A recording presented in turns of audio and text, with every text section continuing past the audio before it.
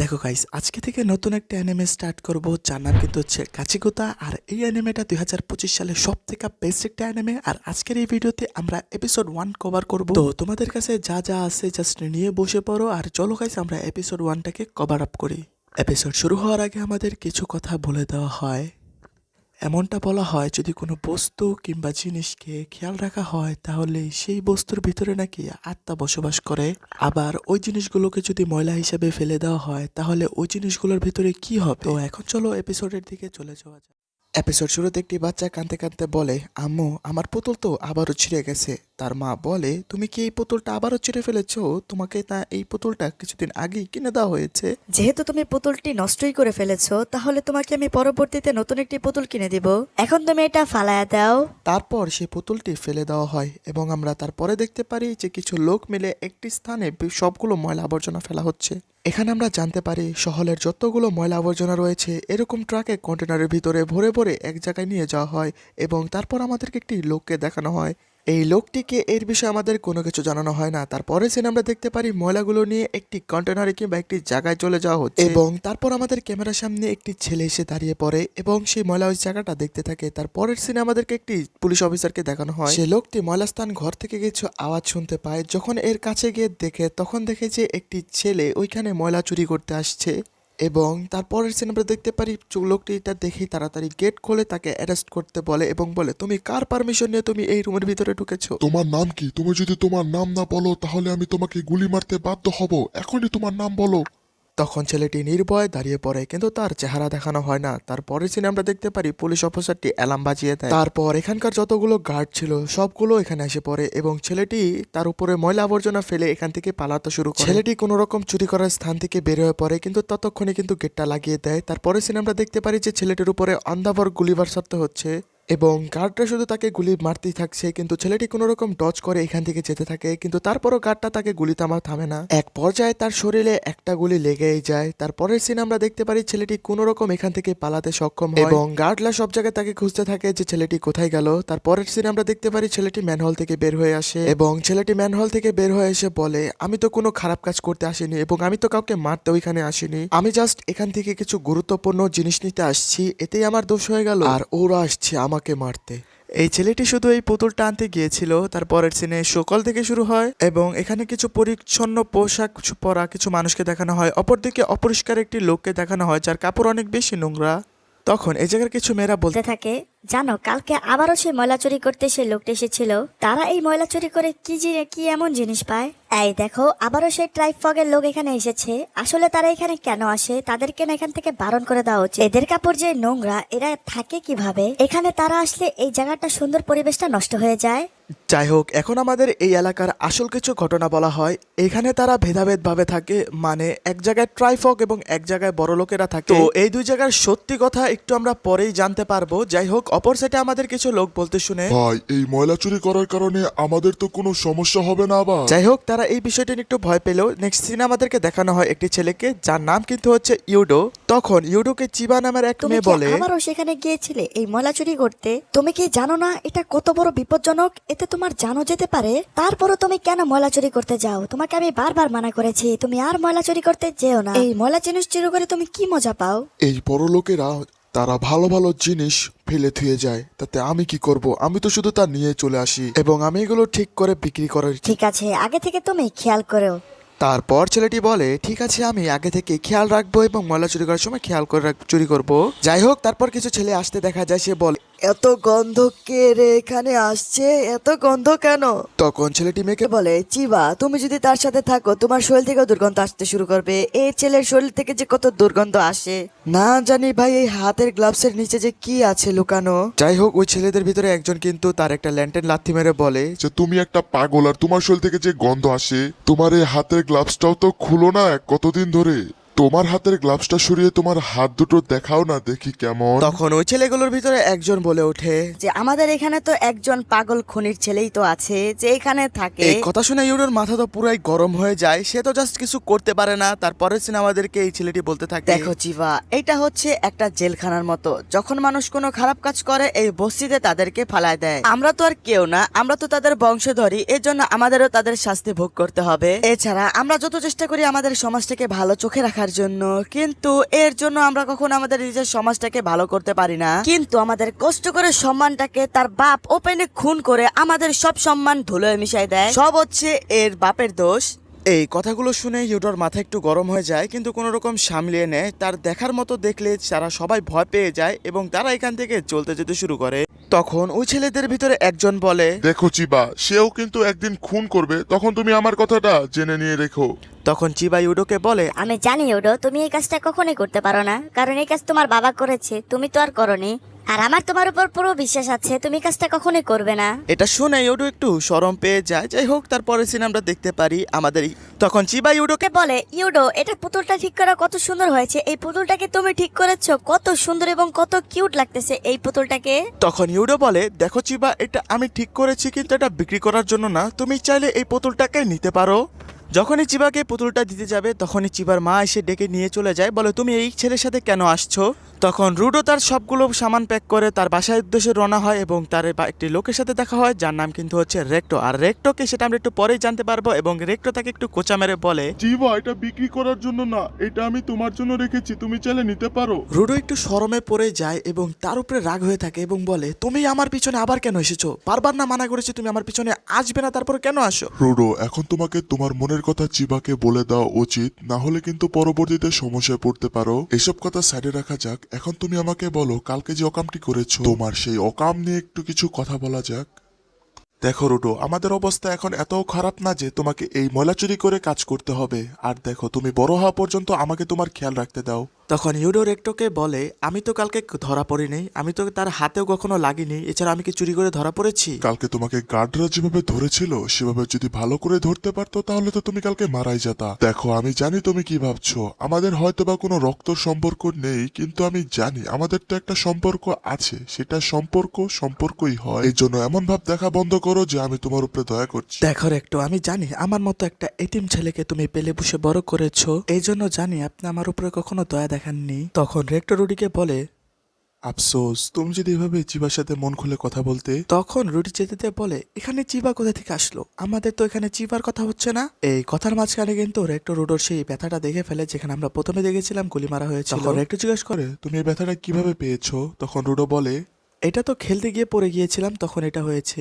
তখন রেক্টো বলে, ঠিক আছে, তাও এটা আমি চেঞ্জ করে দেই, এরপরে তোমার হাতের ব্যান্ডেজগুলো রয়েছে সেটাও পরিষ্কার করে দেই। তখন রুডোর মনটা একটু আপসেট হয়ে গেলেও তখন রেক্টো তার হাতের গ্লাভসগুলো খুলতে শুরু করে। তখন রেক্টো বলে, দেখো রুডো, তুমি ময়লাঘর থেকে দূরে থাকো। দেখো, আজকে তুমি বেঁচে ফিরে আসতে পারছো, এরপরে কিন্তু বেঁচে নাও ফিরে আসতে পারো। তখন রুডো বলে যে না, আমি ঠিক আছি, আমার এই ব্যথা কিছু হবে না, অন্তত পক্ষে আমার বাবার দেওয়ার এই ব্যথাগুলো থেকে তো অনেক বেশি ভালো। যাই হোক, এখন রেক্টো আমাদের কিছু পুরাতন কাহিনী বলে। বড় অপরাধের জন্য শুধু মৃত্যুই হয়, এর মানে অন্ধ কুয়ার ভিতরে ফেলে দেওয়া, এটা প্রাচীনকাল থেকে চলে আসছে। অল্প অল্প কাজেরও মানুষে অন্ধকারের ভিতরে ফেলাই দেওয়া হয়, আর রুডো, তোমার বাবাকেও এই অন্ধকারের ভিতরে ফেলাই দেওয়া হয়েছিল। আমি চাই তুমি যাতে এই জাহান্নামের দুনিয়া থেকে ভালোভাবে বাঁচতে পারো। যাই হোক, এখন আমরা রুডোর আসল হাতের ঘটনা জানতে পারি। রুডো বলে, আমি যখন ছোট ছিলাম তখন থেকে আমার হাতে প্রচন্ড ব্যথা হতো, আর আমার এই ব্যথাগুলো দেখে অনেক মানুষ আমাকে নিয়ে মজা করত এবং তারা আমাকে এমনভাবে তাকিয়ে থাকতো যে আমি তা দেখে অনেক বেশি কষ্ট পেতাম। আমি এইসব দেখে প্রচুর বেশি ভয় পেতাম, এমনভাবে তারা আমার দিকে তাকিয়ে থাকতো যে সে আমাদের খেয়ে ফেলবে।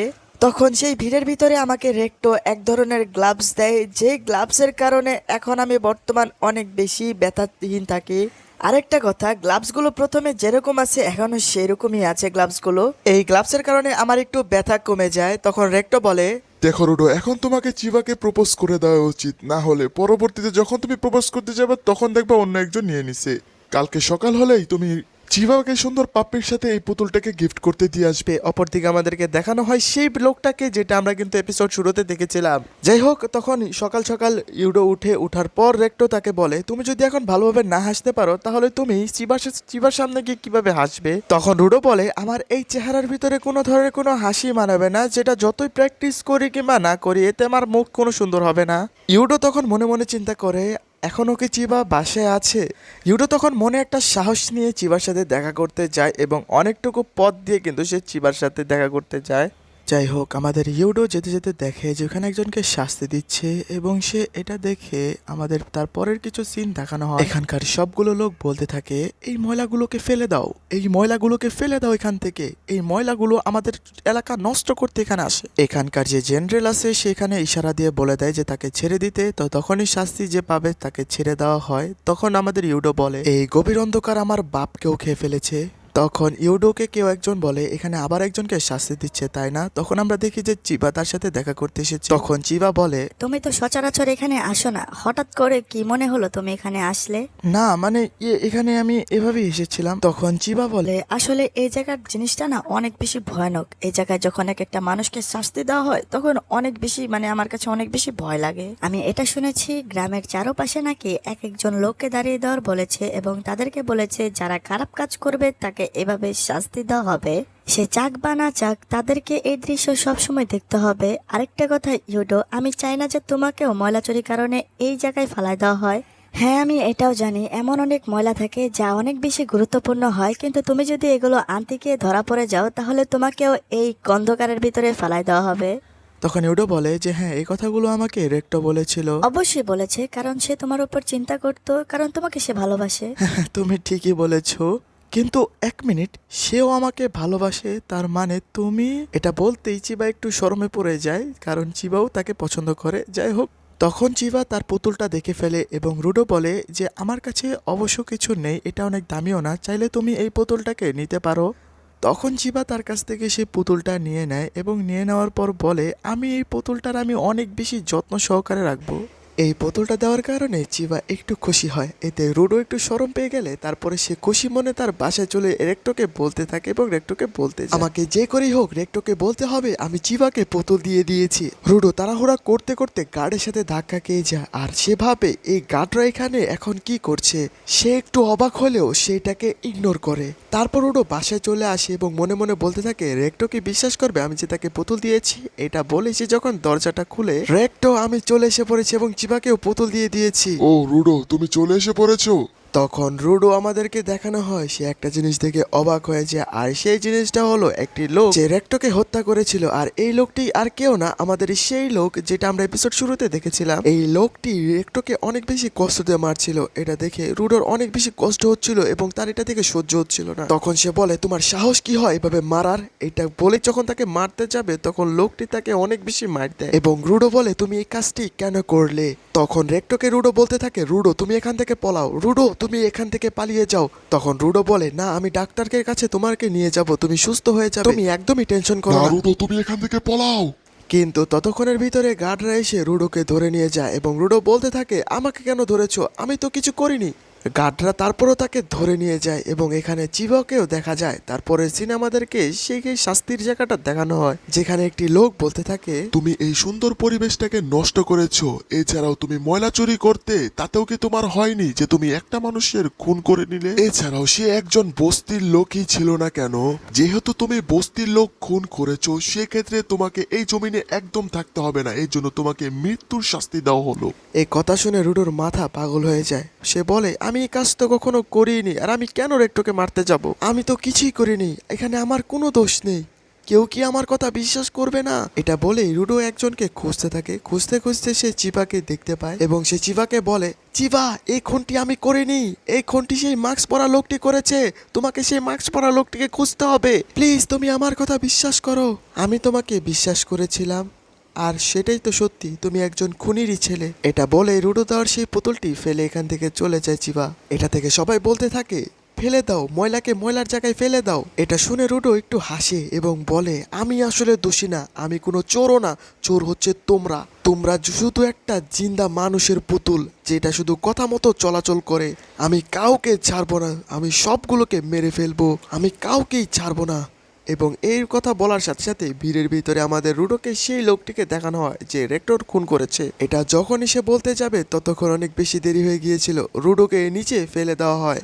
তখন আমরা রুডোকে দেখতে পারি যে কত নিচে একদম গর্ত জায়গায় ফেলে দেওয়া হয় এবং রুডো একদম পাগল হয়ে গিয়েছে এবং পড়ে যাওয়ার পর আমাদের সিনকে পরের সিন দেখানো হয় যেখানে রুডো একটি ময়লার অবস্থান পড়ে আছে, সেখানে চারপাশে অনেক বেশি ময়লা আবর্জনা পড়ে আছে এবং রুডো বলে এই জায়গা কোনটা, কিন্তু তখন একটি মনস্টার ক্রিয়েট হতে থাকে এবং এখানে তোমরা মনস্টারের পাটা দেখতে পারতাছো কতটা বড় এবং তারপর আমাদেরকে পুরো মনস্টারটাকে দেখানো হয় এবং আমাদের মনস্টারের পুরো শরীরটা দেখানো হয় এবং তার দাঁতটাও দেখানো হয় যে কত বড় বড়। এই মনস্টার দেখানোর সাথে সাথে আমাদের এপিসোড 1 এখানেই শেষ হয়ে যায়। আর তোমরা যদি এপিসোড 2টা চাও তাহলে বেশি কিছু করতে হবে না, এই ভিডিওতে একটা লাইক করবা, চ্যানেলে যারা নতুন আছে অবশ্যই সাবস্ক্রাইব করবা, আর যারা এটা ফেসবুক থেকে দেখতেছো তারা তো ভাই পার্ট বাই পার্ট দেখতেছো। তো গাইস তোমরা এটা দেখতেই থাকো, মারাত্মক একটা অ্যানিমে। আর এটার অলরেডি কিন্তু আরো 3টে এপিসোড রিলিজ হয়ে গেছে, 3টা না, এটা নিয়ে মোটমাট 5টা এপিসোড, আর আমি এর পরের বার 4টে এপিসোড একসাথে এক্সপ্লেন করব। তো খুবই শীঘ্রই নিয়ে আসবো। আর যারা ফেসবুক থেকে দেখতেছো অবশ্যই ফলো করে দিও, আর এই এপিসোডটা কেমন লাগছে অবশ্যই